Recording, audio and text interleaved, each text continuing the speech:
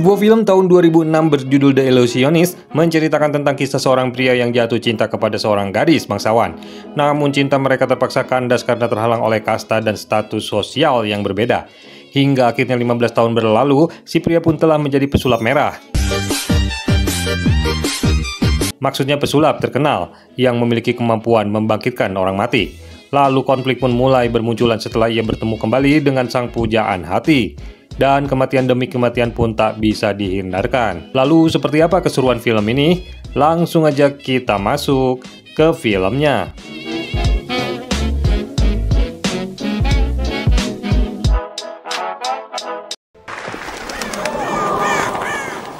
That we could make it linger.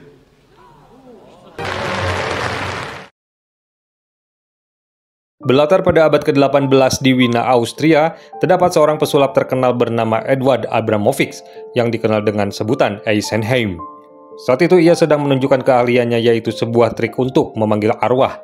Namun tiba-tiba polisi pun datang, dipimpin oleh kepala inspektur bernama Walter, yang mengumumkan jika Eisenheim ditangkap karena menyebarkan berita palsu, penipuan, dan dianggap membangkang kepada keluarga kerajaan.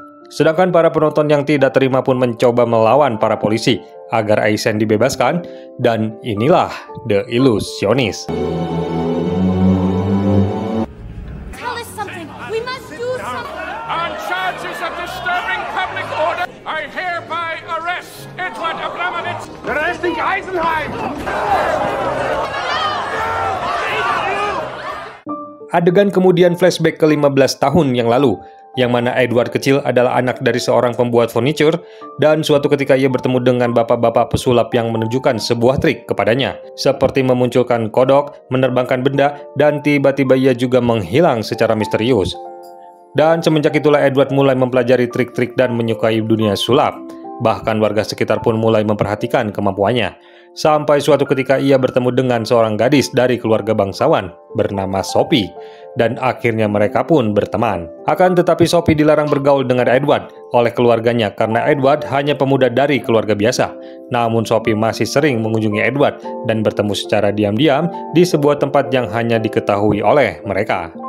Bulan demi bulan dan tahun demi tahun pun berlalu sampai akhirnya mereka pun saling jatuh cinta. Edward juga memberikan sebuah kalung istimewa yang berisi foto dirinya. And then he met her. Pick a card, put it back in the deck. Depends who you are. Over the next few years, they could always find a way to be together. Namun pada suatu hari saat Edward dan Sophie berduaan di tempat rahasianya, tiba-tiba sekelompok polisi datang untuk menjemput Sophie dan menyuruh Edward agar berhenti mendekati Sophie dan mengancam akan memenjarakannya jika ia masih melakukannya. Dan saat itulah Edward terakhir bertemu dengan Sophie dan tidak pernah melihatnya lagi. Akhirnya Edward pun memutuskan akan berkelana berkeliling dunia untuk mempelajari sulap, walaupun sampai ke negeri Cina. Sampai akhirnya ia berani membuat pertunjukannya sendiri dan memulai karir profesionalnya di dunia sulap.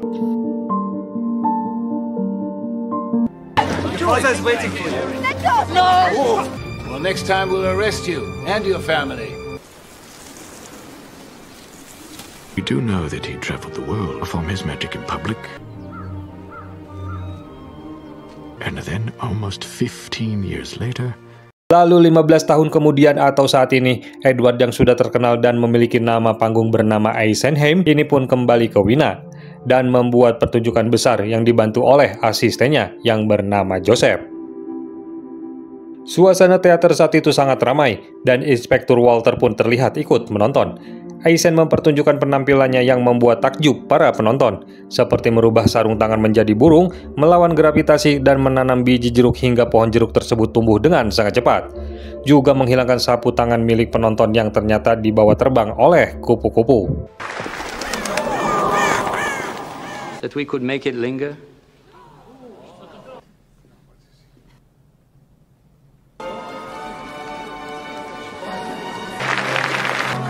I assure you they're quite real.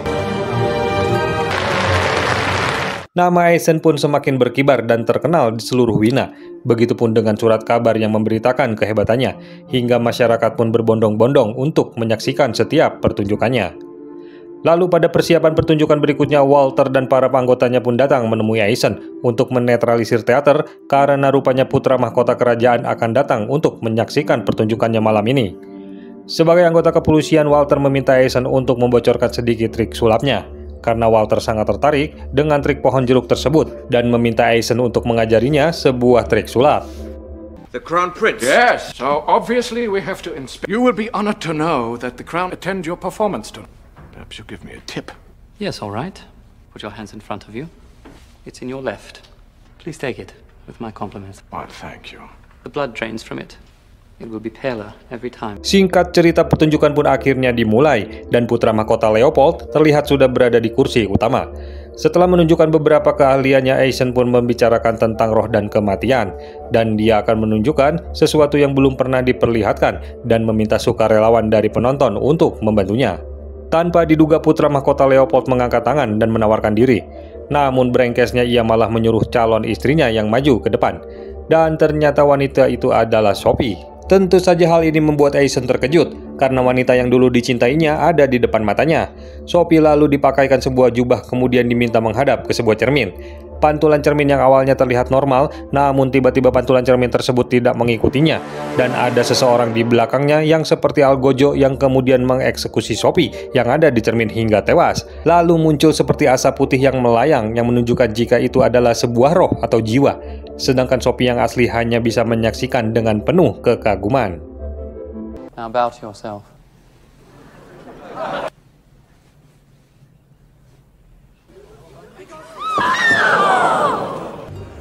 Away.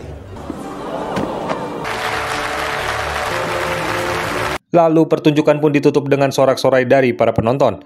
Lalu Eisen pun menemui tamu kehormatan dan juga berterima kasih kepada putra mahkota Leopold karena telah datang ke pertunjukannya.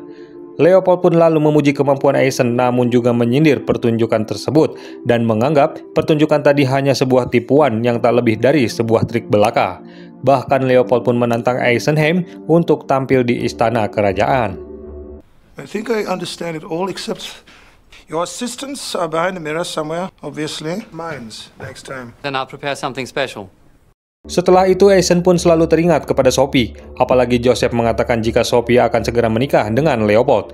Namun Leopold memiliki perangai yang buruk seperti sering bergonta-ganti wanita dan juga pernah membunuh salah satu teman wanitanya. Lalu keesokan harinya Eisen menerima sepucuk surat dari Sophie yang mengajaknya bertemu secara diam-diam.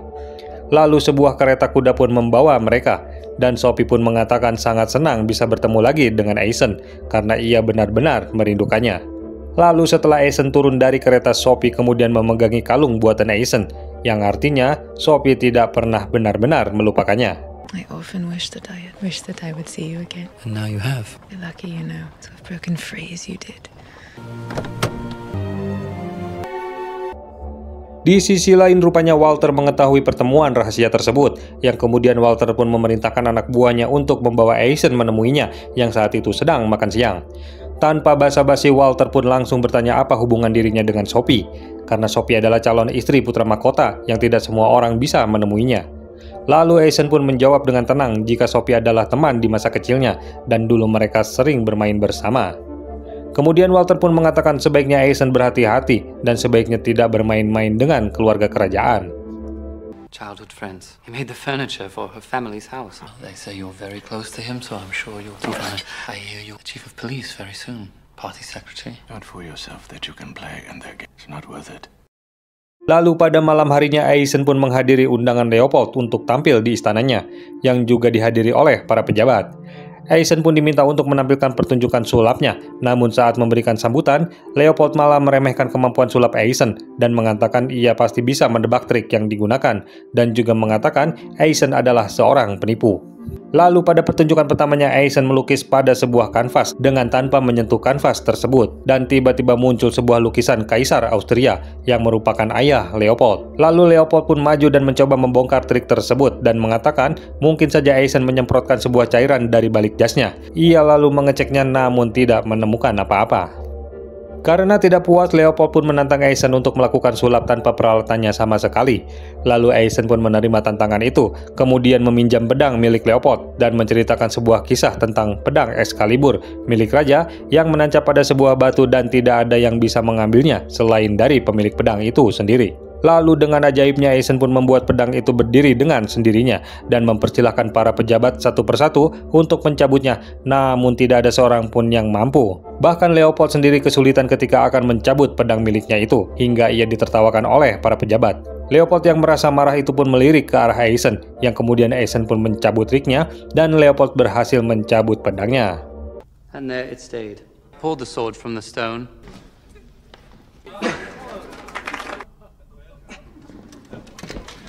Come now, if you can't pull it out, you'll never be able.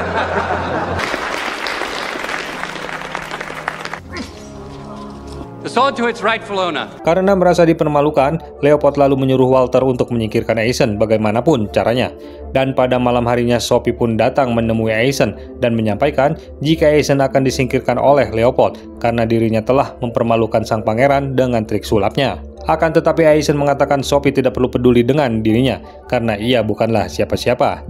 Namun saat itu Sophie mengatakan ia masih mencintai Eisen dan pertunangannya dengan Leopold hanya sekedar perjodohan kedua keluarga, namun sebenarnya ia tidak menginginkannya.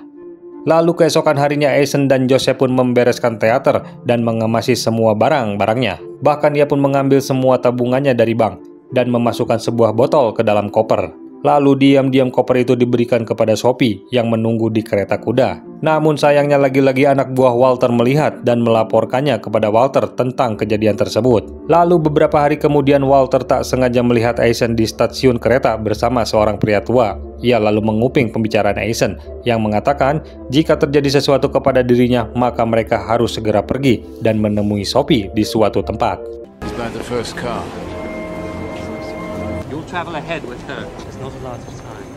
Setelah itu Walter pun segera melaporkan hal tersebut kepada Leopold bahwa Eisen bertemu dengan Sophie dan kemungkinan mereka memiliki rencana untuk kabur. Lalu pada malam harinya Leopold memanggil Sophie untuk menemuinya dan menanyakan kenapa Sophie mengkhianatinya. Lalu dengan tenang Sophie pun menjelaskan ia tidak mengkhianati Leopold karena sebenarnya memang ia tidak mencintainya dan tidak ingin menikah dengan Leopold. Jelas hal tersebut membuat Leopold menjadi murka, lalu menampar Sophie dan mengatakan tidak ada seorang pun yang akan merusak rencananya. Namun Sophie tetap tidak peduli dan segera pergi meninggalkan Leopold. Sementara Leopold yang sudah memuncak amarahnya pun segera mengejar Sophie. Dan di saat bersamaan, seorang asisten rumah tangga kerajaan melihat Leopold mengejar Sophie. Lalu tiba-tiba terdengar suara pedang dihunuskan dan suara Sophie yang berteriak ketakutan. Dan tak lama kuda pun terlihat pergi dengan Sophie yang sudah bersimbah darah. Everything to do with me! And I will not marry. Goodbye. What do you mean goodbye?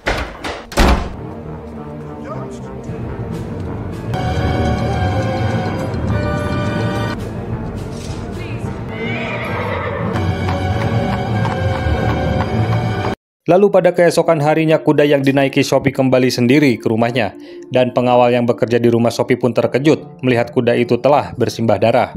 Lalu orang-orang pun melakukan pencarian termasuk Eisen yang telah mendapat kabar mengenai hilangnya Sophie. Lalu akhirnya mereka pun menemukan Sophie yang ternyata sudah tewas dan jasadnya mengapung di pinggir sungai.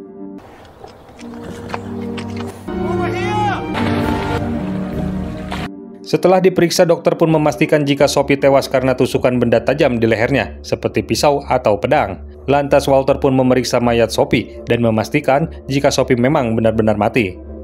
Lalu si dokter memberikan sebuah batu merah kecil yang tersangkut di baju Sophie. Kemudian anak buah Walter pun menyampaikan jika Sophie terakhir terlihat menemui putra mahkota Leopold di kediamannya. Lalu Eisen pun menemui Walter dan menuduh Leopold lah yang telah membunuh Sophie karena mengetahui jika Sophie akan pergi dengannya. Eisen juga mengatakan jika Walter adalah polisi korup yang menutupi kebenaran demi jabatan dan dekat dengan kekuasaan. The Crown Prince, he killed her. He's done it before and you know it. Are you completely corrupt? No, not completely, no. What secret? He knows. Stop this right now! Killed her before he left. I'm afraid the facts don't support your theory. Actually, His Imperial Highness. End up in jail yourself.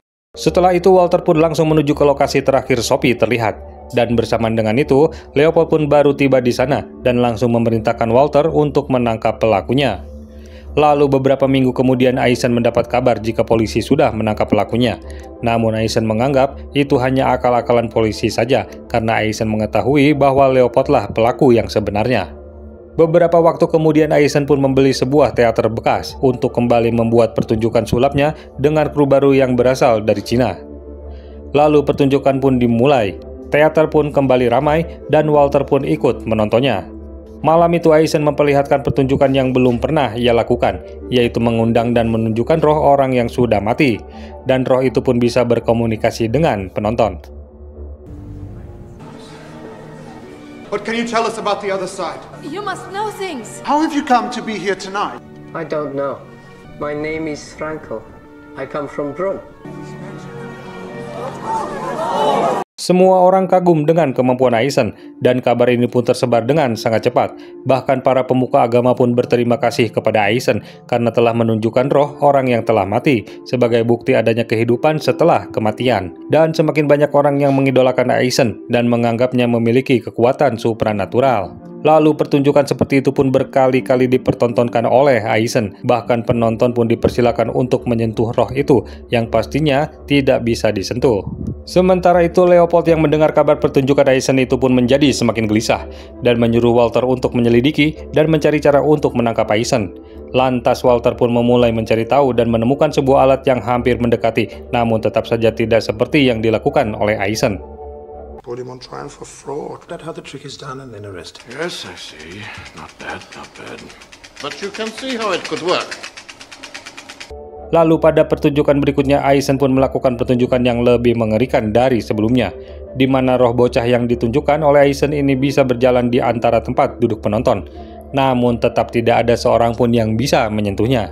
Walter yang semakin bingung dengan trik yang dilakukan oleh Aizen itu pun lantas segera menangkap Aizen dengan tuduhan penipuan publik dan memaksa Aizen untuk memberitahu trik yang digunakan untuk memunculkan roh. Sementara itu para pendukung Aizen masih menunggu di luar dan meminta agar Aizen dibebaskan. Lalu Aizen menuju balkon dan menyapa para pendukungnya. Ia mengatakan penangkapan ini hanya kesalahpahaman dan menjelaskan jika sebenarnya ia tidak bisa memanggil roh orang yang telah mati, dan apa yang ia tunjukkan dalam pertunjukannya hanyalah sebuah trik belaka yang bertujuan untuk menghibur para penonton saja. Lalu ia pun meminta para pendukungnya untuk bubar dan pulang ke rumahnya masing-masing. Setelah itu Aizen pun berkata kepada Walter jika dia sudah menjelaskan kepada masyarakat sehingga Walter tidak bisa menangkapnya dengan dugaan penipuan. Lalu Walter pun dengan terpaksa membebaskan Aizen kembali. You must listen to me, please. You must go home. Please, you must go. Tension has only been to entertain. Now I appreciate your support. Can't bring loved ones back from the grave. It is from the other side. But you have seen in my theater, it's a trick. It's not real. I've explained it, so it can't be fraud. Mengetahui Aizen bebas, Leopold pun sangat marah kepada Walter dan menganggap Walter tidak becus melakukan tugasnya.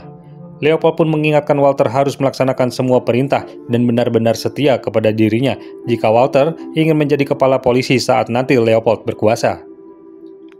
Karena penasaran dengan pertunjukan yang menghebohkan itu, Leopold pun datang ke pertunjukan berikutnya dengan menyamar sebagai masyarakat biasa. Sedangkan Walter diminta menjaga jarak agar tidak dicurigai. Lalu Aizen pun mulai melakukan pertunjukannya dengan memanggil roh dari seorang wanita. Dan betapa terkejutnya para penonton ketika roh yang dipanggil kali ini adalah roh Sophie. Lalu para penonton bertanya siapa yang membunuhnya. Kemudian roh Sophie pun mengatakan pembunuhnya ada di ruangan ini. Sontak hal itu membuat para penonton pun menjadi terkejut. Dan banyak orang yang menduga jika putra mahkota Leopoldlah yang menjadi pembunuhnya. Tak lama kemudian roh Sophie pun menghilang, sedangkan Leopold buru-buru kabur dari sana. Di sisi lain, Walter didatangi oleh seorang penonton yang mendesak dirinya untuk segera menginvestigasi putra mahkota karena bukti-bukti sudah mengarah kepadanya. Tell us, please, who murdered you? Someone here. Something must be done! Was it the Crown Prince? Crown Prince isn't even here. Must be brought to justice. Well, because not evidence. What is your name? Dalam perjalanan, Leopold berkata kepada Walter jika itu hanya akal-akalan Aizen untuk menggiring opini masyarakat.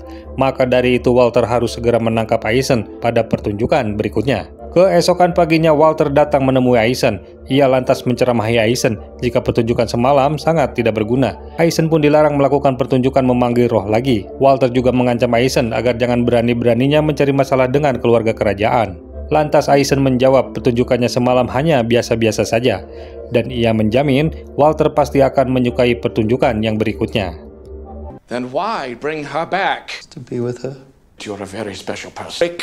Then it's equally impressive. Don't raise her again. Don't provoke those questions. That was very foolish last night. Can't bring down the monarchy. Promise me you won't do it again. You'll enjoy this next show. Pada pertunjukan berikutnya, Walter membawa satu kompi polisi untuk berjaga-jaga untuk menangkap Aizen jika Aizen kembali berulah. Sementara itu, Aizen menemui Joseph, asistennya, di belakang panggung. Aizen lalu meminta Joseph mengelola semua aset kekayaannya, termasuk uang hasil pertunjukan dan juga teater ini. Joseph yang terkejut pun setuju dan akan menjaga titipan Aizen ini dengan sebaik-baiknya. Lalu sampailah kita pada adegan di awal film, di mana Aizen sedang melakukan pertunjukan, dan kali ini ia kembali memunculkan roh Sophie. Dan Sophie pun mengatakan ia kehilangan kalungnya pada waktu dibunuh. Lalu para penonton pun terkesima dan penasaran siapa pelaku pembunuhnya. Dan karena situasi semakin memanas, lantas Walter pun dengan cepat mengambil alih teater dan akan menangkap Aizen. Walter lalu naik ke atas panggung dan memberitahu kepada para penonton bahwa Eisenheim ditangkap atas tuduhan penipuan dan juga melawan pihak kerajaan. Lantas roh Sophie pun pelan-pelan menghilang, dan ketika Walter akan menangkap Aizen, ajaibnya ternyata tubuhnya tidak bisa disentuh dan tiba-tiba Aizen pun menghilang.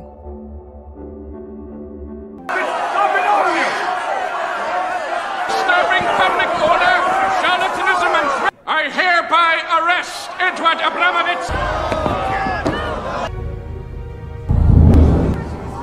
Find him! Lalu mereka segera mencari Aizen di seluruh penjuru teater, namun tetap tidak menemukannya. Lantas Walter pun menuju ke rumah Aizen dan menggeledah rumah itu, namun Aizen tetap tidak ada. Akan tetapi Walter menemukan sebuah gambar kalung yang diberikan oleh Aizen kepada Sophie. Seketika itu Walter pun menjadi teringat perkataan Sophie mengenai kalungnya yang hilang saat dibunuh. Lantas ia pun segera datang ke kandang kuda tempat Sophie terakhir terlihat, dan ia pun menemukan kalung itu. Bahkan ia juga menemukan sebuah batu permata berwarna hijau. Untuk memastikan, Walter meminta asisten kerajaan untuk menunjukkan pedang Leopold yang ada di sana. Dan dengan mengejutkan ternyata batu tersebut cocok dengan pedang milik Leopold tersebut. Walter lalu menyita pedang tersebut dan menyimpulkan jika putra mahkota Leopold lah yang menjadi pelaku pembunuh Sophie.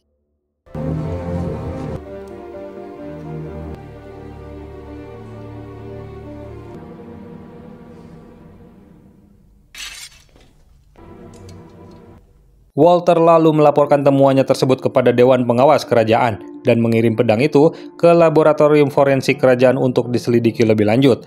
Dan setelah itu ia pun pergi menemui Leopold di ruang kerjanya. Setelah mengetahui jika Walter telah mengirimkan pedangnya kepada Bareskrim Kerajaan, maka Leopold pun mengatakan jika Walter telah mencuri barang miliknya. Dan Walter pun juga tidak akan bisa menangkap dirinya karena para polisi telah tunduk kepadanya. Namun rupanya tanpa diketahui oleh Leopold, ternyata Walter telah mengirimkan hasil investigasinya tersebut kepada Badan Intelijen Kekaisaran yang kekuasaannya jauh di atas Leopold, sehingga Leopold tidak akan bisa berbuat apa-apa lagi. Setelah mengetahui hal tersebut, Leopold pun lantas menodongkan senjatanya kepada Walter dan mengancam akan membunuhnya jika Walter masih nekat akan menangkapnya. Namun Walter pun dengan tenang tidak mempermasalahkan jika ia harus mati demi kebenaran, dan itu semakin menguatkan jika Leopold lah yang telah membunuh Sophie. Lalu tak lama kemudian satu kompi tentara elit kekaisaran pun tiba dan akan menangkap Leopold, yang artinya kaisar telah menerima laporan investigasi Walter tersebut. Trivial compared with murder. Sure, you have no jurisdiction here. But I wrote a letter to his general staff to overthrow the emperor.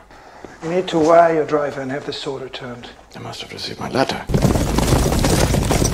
Leopold yang mulai panik itu pun lantas mengunci semua pintu dan juga memaki-maki Walter karena dianggap telah mengkhianatinya. Lalu para tentara itu pun sudah ada di dalam dan terus menggedor-gedor pintu untuk menangkap Leopold atas perintah sang kaisar. Dan inilah yang terjadi. By your father's authority, I insist, Highness, open the door. Please, open.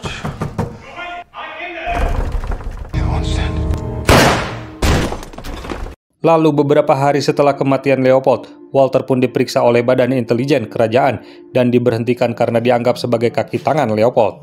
Dan saat keluar dari istana ia ditemui oleh seorang bocah yang memberikan titipan paket dari seseorang. Yang ternyata paket itu berisi buku catatan milik Aizen mengenai trik cara menumbuhkan pohon jeruk dengan cepat. Karena selama ini Walter sangat penasaran dengan trik itu. Walter pun seketika menyadari jika Aizen masih hidup dan ada di sekitar sana. Begitu juga dengan kalung Sophie yang ada di kantungnya tiba-tiba menghilang. Walter lalu mencoba mencari Aizen yang ternyata memang benar ada di sana dan menyamar sebagai seorang pria tua bertongkat. Namun tentu saja Aizen berhasil lolos dari kejaran Walter dan segera masuk ke dalam kereta tepat ketika Walter menyadari keberadaannya. Who gave you this? Herr Eisenheim!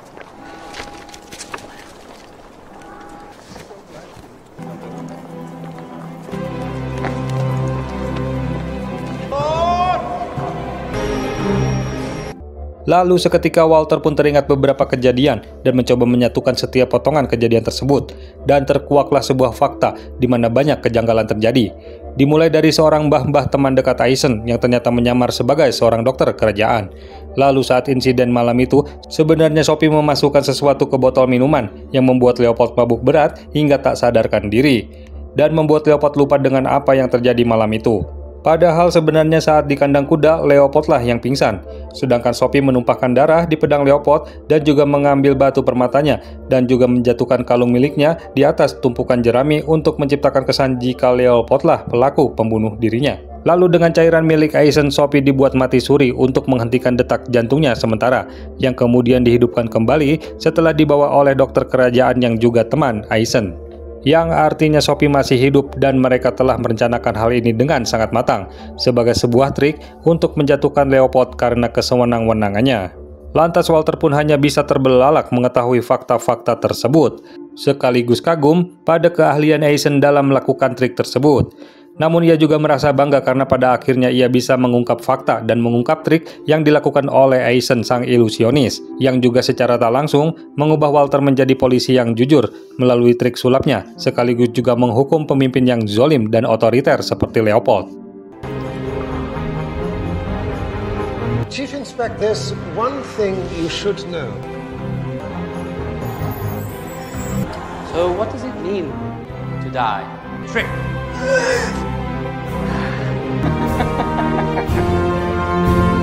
Kemudian kita diperlihatkan Aizen yang sudah berada di sebuah tempat yang jauh dari perkotaan. Begitupun dengan Sophie yang sudah ada di sana. Lalu mereka pun mulai hidup baru berdua dengan tenang dan penuh kebahagiaan. Dan film pun selesai. Gimana? Bagus banget kan filmnya? Bikin kita yang nonton jadi penasaran dalam setiap adegannya, ada tegang-tegangnya, ada romantikanya, dan terakhir plot twistnya juga di luar prediksi BMKG. Oke, sekian dulu arus cerita film kali ini. Waktu dan tempat kami kembalikan kepada kalian. Saya Ray yang bertugas mengucapkan terima kasih. Adios.